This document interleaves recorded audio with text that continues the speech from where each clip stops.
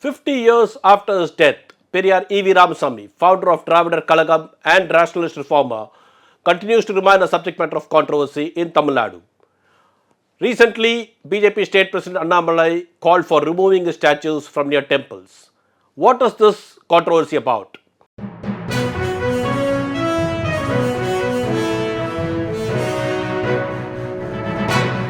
Vanakkam, this is T. Suresh Kumar. Thank you for joining me in this episode of the Hindu Focus Tamil Nadu.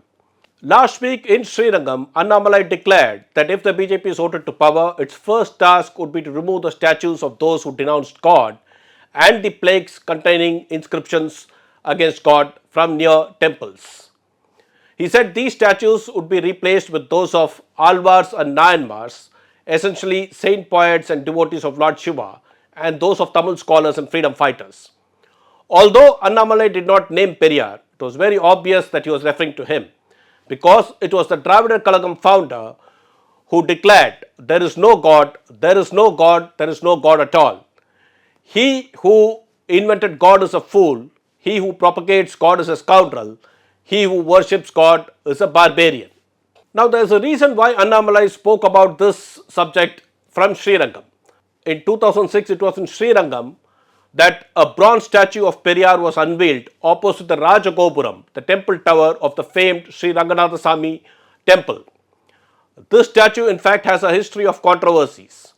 It was unveiled almost 33 years after the Srirangam municipality chairman Venkatesha Dikshita adopted a resolution allotting land to a particular wing of Dravida Kazhagham to install the statue in 1973.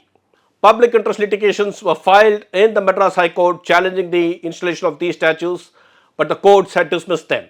In fact, initially a concrete statue of Periyar was being readied for inauguration, but this was damaged by functionaries of the Hindu Makkal Katchi in 2006, triggering violent reactions from members of the Thandai Periyar Dravida Kazhagham, who vandalized a Hindu mutt in Salem and also launched an attack on the Ayodhya Mandapam in Chennai.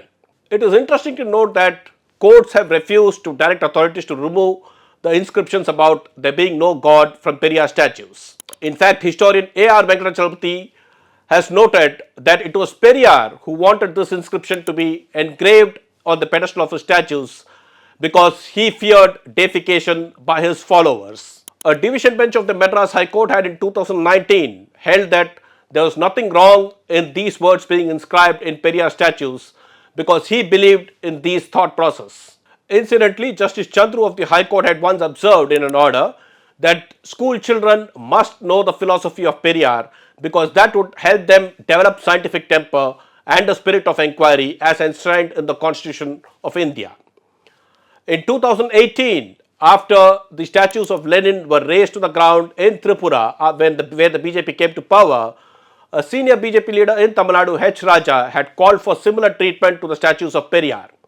However, following a public outrage, he not only apologized but had claimed that this message was posted on his social media handles by the admin of the Facebook and Twitter accounts.